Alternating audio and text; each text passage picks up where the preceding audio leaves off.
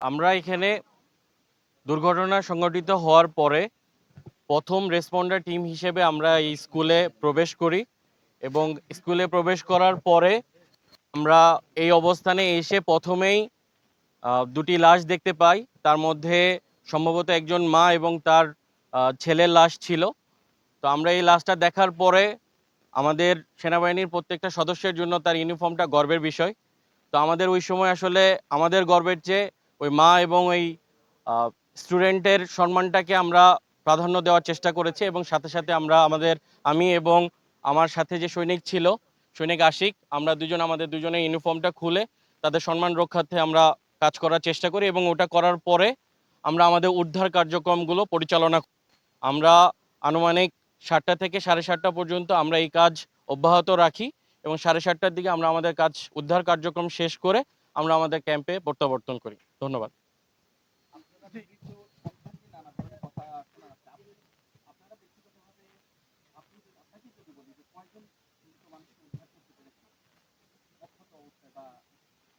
আমরা এখানে সবাই আমরা এখানে কাজ করছিলাম। এক একজনের পক্ষ থেকে যে যতটুকু সম্ভব আমরা সাহায্যের হাত বাড়িয়ে দিয়ে চেষ্টা করেছি। এখন সঠিক সংখ্যাটা স্কুল কর্তৃপক্ষ এবং যারা হসপিটালে আছেন তাদের সমন্বয়ে আসলে সঠিক তথ্যটা আপনারা পেয়ে যাবেন। আসলে আমরা ওই উদ্ধার কার্যক্রমটাকেই মেইন ফোকাসে রেখে কাজ করেছি। কতজনকে আসলে নিয়ে যেতে পেরেছি বা ওই সময় আসলে আমাদের আর ওইটা কাজ করে নাই। আমরা যাদেরকে সামনে পেয়েছি তাদেরকে একটা নিরাপদ স্থানে নিয়ে যাওয়ার জন্য কাজ করেছি।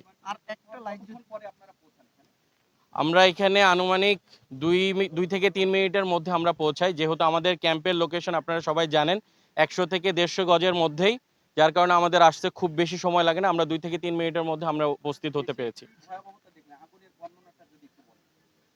আগুনের ভয়াবহতাটা এখানে যেই এয়ারক্রাফটটা যে জায়গায় ক্র্যাশ করেছে সেই জায়গায় তো আগুনের প্রজ্বলনটা ছিল, সাথে তার সামনেই দুটি লাশ পড়েছিল। আমাদের এই স্পটে এসে আমরা প্রথমে এটাই দেখতে পাই যে আগুনটা হচ্ছে স্কুলের যে কক্ষটাতে আগুন জ্বলেছিল এবং তার সামনে দুটি লাশ।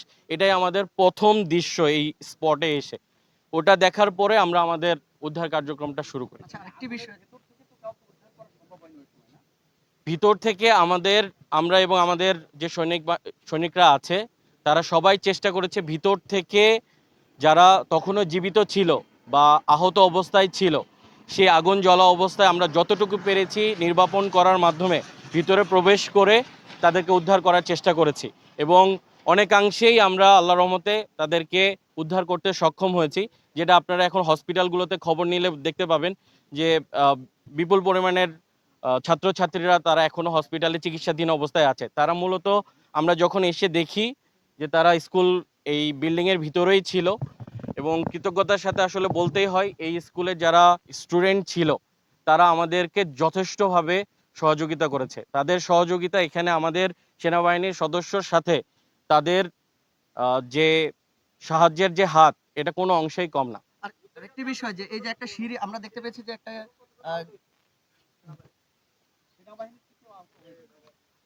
আমাদের সেনাবাহিনী আপনারা সবাই জানেন যে হচ্ছে উদ্ধার কার্যক্রম শেষ করার পরে সর্বমোট 25 জনের মতো আমাদের সৈনিক অসুস্থ হয়েছিল, বাট ক্রিটিক্যাল পর্যায়ে কেউ নেই।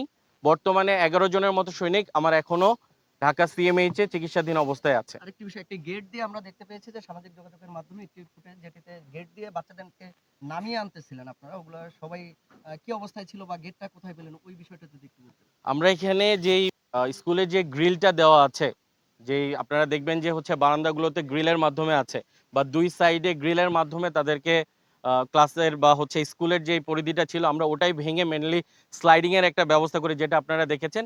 এটাই মেনলি আমরা ওখানে তাৎক্ষণিকভাবে ওটা আলাদা করে না, এখানে স্কুলের যেটা ছিল সেটাকে আমরা ব্যবহার করে মেনলি ওটা করার চেষ্টা করেছি। ধন্যবাদ। Thank you.